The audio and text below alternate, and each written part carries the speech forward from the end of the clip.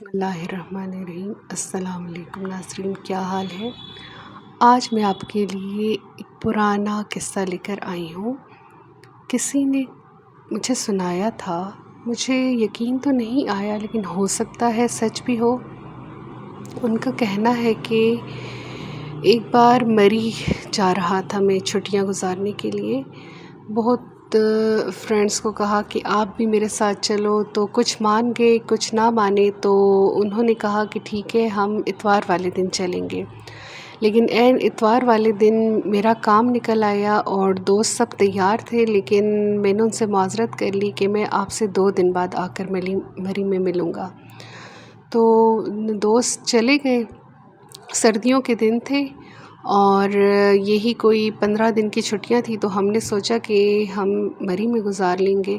خیر 2 دن بعد جب میں مری گیا تو ان دنوں موٹر وے تھا نہیں، تو کافی ٹائم لگتا تھا پنڈی تک پہنچنے میں۔ پھر وہاں سے مری کی گاڑی بہت کم جاتی تھی کیونکہ سردیاں تھیں۔ تو میں جب وہاں پہنچا اڈے پر، تو مری کے لیے میں نے ایک ٹیکسی پکڑ لی۔ ٹیکسی میں بیٹھ گیا اور اس سے مری کے حالات پوچھنے لگا۔ خیر باتوں باتوں میں پتہ ہے نہیں چلا اور میں مری پہنچ گیا۔ لیکن جب میں مری پہنچا تو شام کے تقریباً کوئی 7 بج رہے تھے، اور سردیوں میں تو آپ کو پتہ ہے کہ رات کتنی ہو جاتی ہے۔ اور اچانک کہتے ہیں کہ میں مال روڈ پہ جا رہا تھا، برف سے بھرا ہوا تھا پورا مری، تو برف اتنی تھی کہ میرے جو ہے تو گھٹنوں سے نیچے کہہ لیں یا گھٹنوں تک میں اس میں دب رہا تھا اور قدم اٹھانا بہت مشکل ہو رہا تھا۔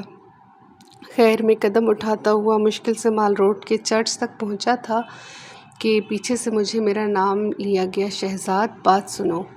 تو کہتے میں اچانک رک گیا اور بہت حیران ہوا کہ مجھے اس ٹائم پہ یہاں کون آواز دینے والا ہے اور کوئی جانتا بھی نہیں۔ تو میں نے اگنور کر دیا، میں پھر چلنے لگا۔ تھوڑا سا آگے گیا تھا کہ پھر ایک آواز آئی، اور آواز کسی عورت کی تھی، شہزاد رک جاؤ۔ تو کہتے ہیں میں نے جیسے ہی پیچھے مڑ کر دیکھا تو کہتے ہیں کہ میری ٹانگوں سے جیسے جان ہی نکل گئی۔ پیچھے ایک عورت کھڑی تھی، کافی فاصلے پہ تھی لیکن واضح اس کا چہرہ نظر آ رہا تھا۔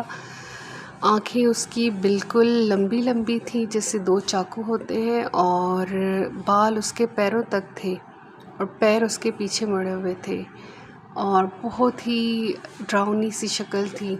تو کہتے ہیں میں نے جیسے ہی دیکھا تو میں بس پسینے میں، اس برف میں پسینے میں بھر گیا، اور میں نے قدم آگے بڑھانے کے لیے قدم اٹھانا چاہا تو میرے پاؤں جیسے جم گئے اپنی جگہ پر، وہ ہل ہی نہیں سکتے تھے۔ کہتے ہیں میں نے دل میں سورہ یاسین یا قرآن پاک کی تلاوت شروع کر دی اور بس قدم اٹھانے کے قابل ہوا، تو پھر پیچھے مڑ کے نہ دیکھا۔ آوازیں لگاتار آتی رہیں، لیکن پھر میں نے جہاں میرے دوستوں نے مجھے ہوٹل کا ایڈریس بتایا تھا وہیں جا کر سانس لیا، لیکن بہت مشکل سے اس برف میں قدم اٹھاتا اٹھاتا میں گیا، اور جب میں ہوٹل پہنچا تو بس میں بے ہوش ہو گیا۔ پھر مجھے یاد نہیں کہ میرے ساتھ کیا ہوا۔ جب میری آنکھ کھلی تو میں ہوٹل میں اپنے روم میں بیڈ پر تھا، اور میرے دوست بہت پریشان میرے گرد کھڑے تھے، اور جیسے ہی مجھے ہوش میں آتا دیکھا تو شکر ادا کیا، لیکن یہ واقعہ مجھے زندگی بھر نہیں بھولے گا۔